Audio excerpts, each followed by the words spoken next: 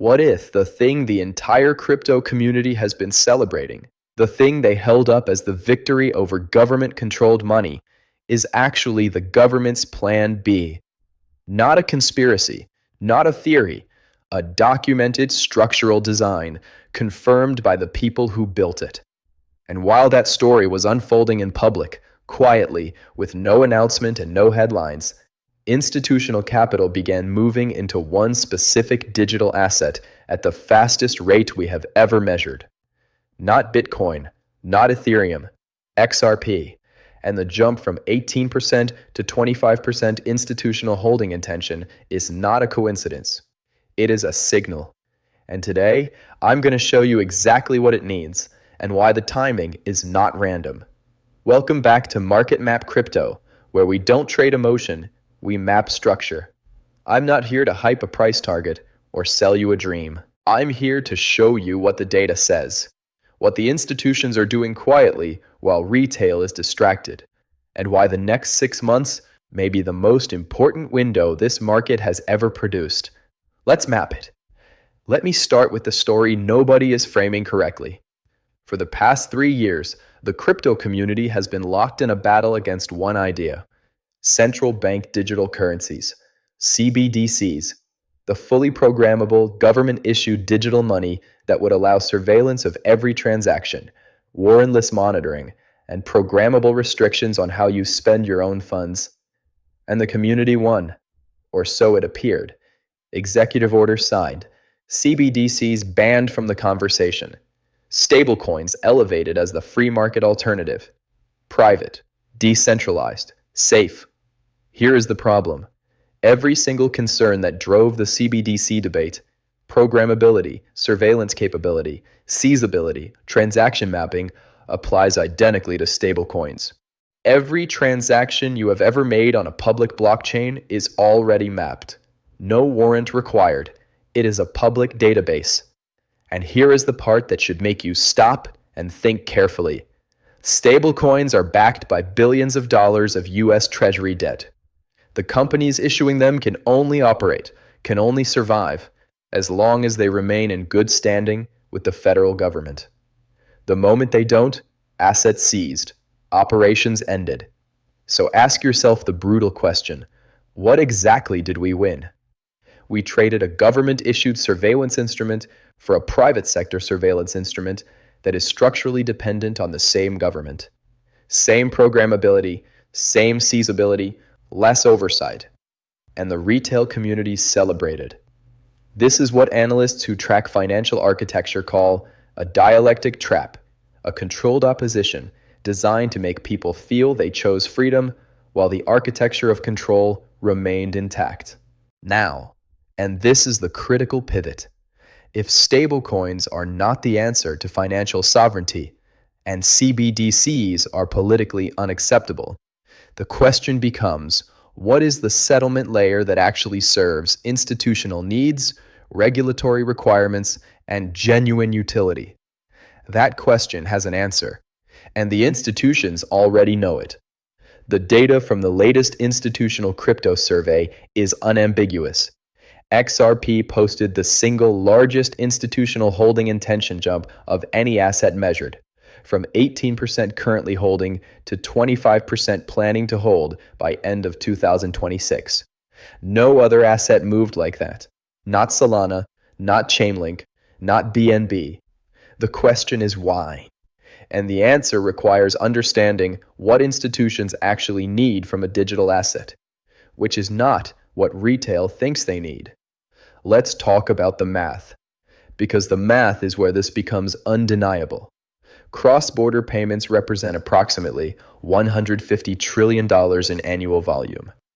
The foreign exchange market alone processes $7.5 trillion every single day. The derivatives market, the full shadow ledger of global financial exposure, sits at an estimated 1.2 quadrillion. These are not crypto numbers. These are the numbers of the existing financial system. And the existing system moves that capital through a mechanism called nostro and vostro accounts, pre-funded liquidity pools that banks maintain in foreign currencies around the world, to facilitate international transfers. Right now, approximately $27 trillion in capital is locked inside those accounts, idle, earning nothing, deployed purely as friction lubricant for a slow, expensive, outdated correspondent banking model. That is the problem XRP was architecturally designed to solve. Here is the math that the crowd ignores. If you want to move $1 million across borders, and XRP is priced at $2, you need 500,000 tokens as a bridge. But if XRP is priced at $20, that same $1 million transfer requires 50,000 tokens. Less supply consumed, less slippage, more efficient settlement. Higher price is not a side effect of utility. For a bridge asset, higher price is a functional requirement of utility at scale. Now apply a Standard Chartered institutional forecast framework. Their analysts project Bitcoin at $500,000 by 2030, a 7 to 8x from its previous all-time high. Ethereum at $40,000 by 2030, roughly 8.5x from its previous peak. XRP's previous all-time high was approximately $3.30. Apply the same multiple range, 7 to 8x, and you are looking at a $20 to $25 XRP by 2030. That is not a moonboy projection. That is what happens when you apply the same institutional valuation framework that Standard Chartered is using for Bitcoin and Ethereum to an asset that has a documented, functional utility case that neither Bitcoin nor Ethereum is designed to serve. This isn't a prediction. It is a structural requirement. If the cross-border settlement use case actualizes at even a fraction of the scale being discussed in institutional circles right now, the math doesn't lie. The only question is whether you're paying attention to it. Before I show you what the institutional positioning data actually looks like right now, and why the Bitwise CEO just said another major wave of institutional capital arrives within 6 months, I want to say something directly to the people watching this channel.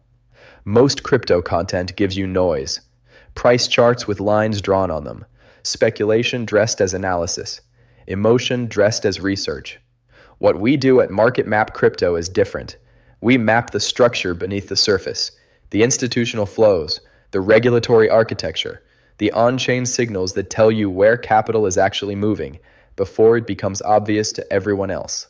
If that kind of analysis is what you came here for, if you want to be in the room where the map is being drawn, not the room where people are reacting to yesterday's price, hit subscribe right now and turn on notifications. Because what I'm about to show you next, the institutional positioning signal that is quietly flashing right now, is exactly the kind of thing this channel exists to surface. While retail investors were watching price charts and debating which altcoin would 10x this month, something significant was being built in the background. The Bitwise CEO, speaking at the Digital Asset Summit, stated plainly, another major wave of institutional capital enters the crypto market within the next 6 months. Not someday, not eventually, 6 months. Countless institutions are already positioned. A second batch is arriving shortly. Ask yourself the question serious analysts ask. Does a firm managing hundreds of billions of dollars in assets enter a market without legal certainty, without regulatory infrastructure, without settlement rails they trust? Absolutely not. These entities do not gamble. They position after the architecture is confirmed to be in place. And the architecture being referenced is not theoretical. Custodia Bank has quietly built the technical bridge between traditional banking infrastructure and tokenized digital assets. A system where tokenized deposits move within the banking system, retaining their deposit characteristics, and automatically convert to stablecoin form when they leave. This is not a white paper. This is live infrastructure. Stellar is demonstrating at the institutional level that blockchain can serve financial privacy requirements, building modular privacy solutions that let platforms define their own compliance architecture rather than being forced into a single model. Meanwhile, the exchange reserve data tells its own story.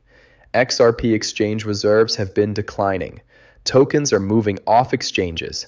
That is not retail behavior. Retail panics and sells into exchanges. What moves tokens off exchanges is accumulation, quiet, deliberate, patient positioning by entities who do not announce their moves on social media.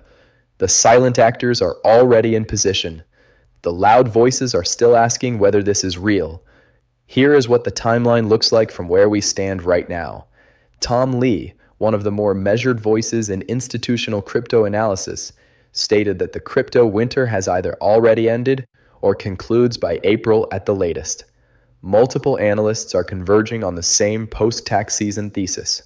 April selling pressure clears and the market enters a new phase. The Bitwise projection puts the next institutional wave arriving before year-end. Standard Chartered's 2030 targets, $500,000 Bitcoin, $40,000 Ethereum, require a multi-year accumulation phase that by their own timeline has already begun. The regulatory framework supporting institutional entry is being finalized in real time. The infrastructure, tokenized deposits, modular privacy rails, cross-border settlement architecture is being tested and deployed now, not in the future. The window between where we are and when this becomes broadly visible to the market is the window that historically separates the positioned from the unprepared. The fuse is lit. The question is not whether the catalyst exists. The question is whether you recognized it before the room gets crowded. Think about the supply mechanics clearly. XRP has a fixed total supply of 100 billion tokens. Circulating supply sits around 55 to 57 billion. Exchange reserves are declining, and monthly escrow releases, approximately 1 billion tokens, are predominantly relocked rather than hitting open markets. The liquid, accessible float is smaller than the headline number suggests. Now layer institutional demand. 25% of surveyed institutions planning to hold XRP by 2026, on top of a shrinking exchange reserve. This is not complicated economics. This is basic supply and demand applied to an asset where the demand side is about to experience a structural step change, while the supply side has already been quietly contracting. The math is not subtle. Let me map what we cover today.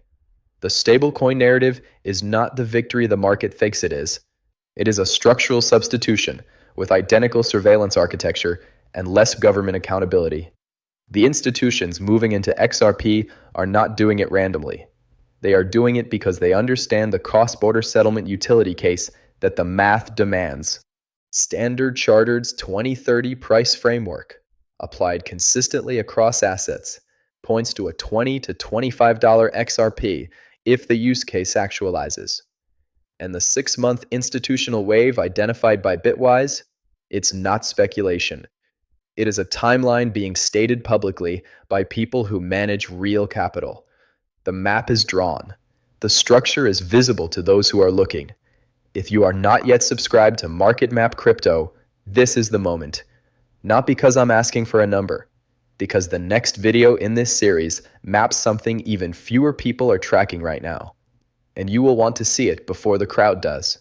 Subscribe, turn on notifications. In a market built on noise, the edge belongs to those who read the structure. Stay patient, stay rational, stay mapped.